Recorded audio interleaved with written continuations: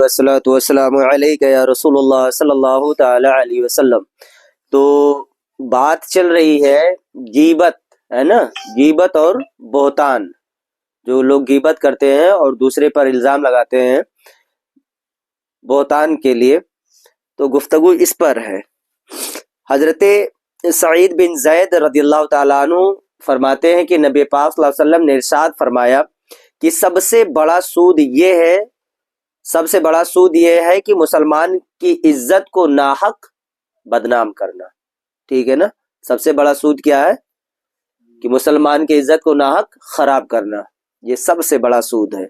सूद के बारे में इसके पहले आप पीछे पढ़ चुके हैं और सुन चुके हैं। उम्मुल मोमिनीन सैयदा आयशा सिद्दीक़ा रदियल्लाहु ताला अन्हा से रिवायत वो फरमाती हैं कि नबी करीम सल्लल्लाहु अलैहि वसल्लम की खिदमत में अर्ज किया, आपके लिए हजरत सफिया रदियल्लाहु ताला अन्हा में फला फला खूबी काफ़ी है। हजरत उम्मुल मोमिनीन आयशा सिद्दीक़ा रदियल्लाहु ताला अन्हा एक दिन हुजूर से कहती हैं कि आपकी बीवी जो हजरत सफिया है उम्मतुल मोमिनीन, उनके अंदर फला फला खूबी आपके लिए काफ़ी है।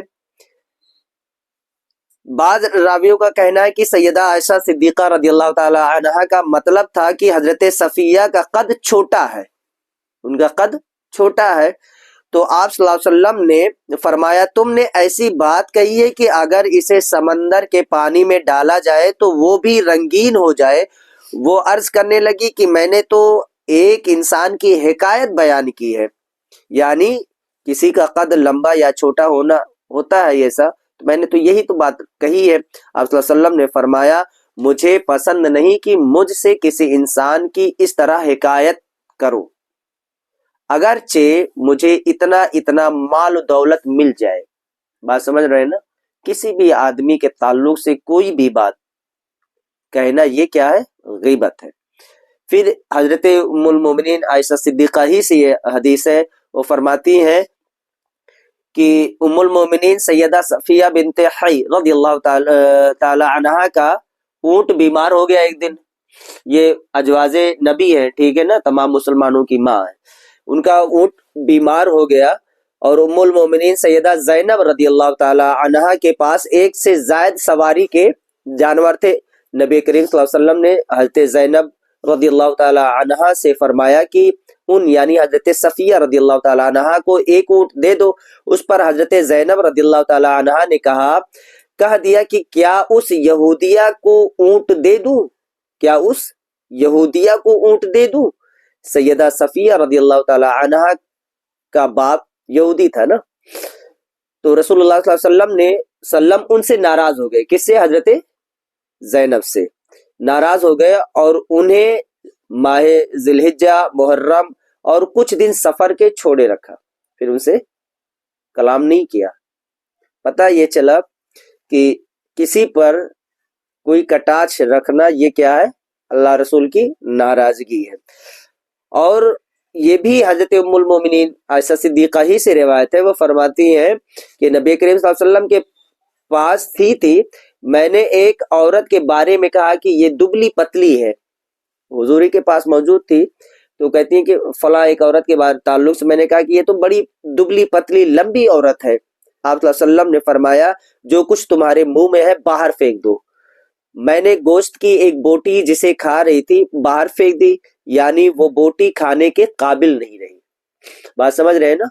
किसी के ताल्लुक से कुछ कहना क्या है?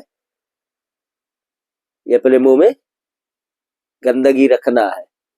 तभी तो हुजूर ने कहा कि जो कुछ मुंह में उसे तुरंत उगल दो। हजरत अबू हुरैरा रदियल्लाहु ताला अन्हु से रिवायत है, फरमाते हैं कि हम नबी मोहतरम सल्लल्लाहु अलैहि वसल्लम के पास हाजिर थे, हुजूर पास मौजूद थे। एक आदमी उठकर गया, एक आदमी मजलिस से उठा, जैसे आप लोग बैठे हैं, अब में से कोई एक आदमी उठे और जाने लगे, तो कहते हैं कि एक आदमी उठ करके गया।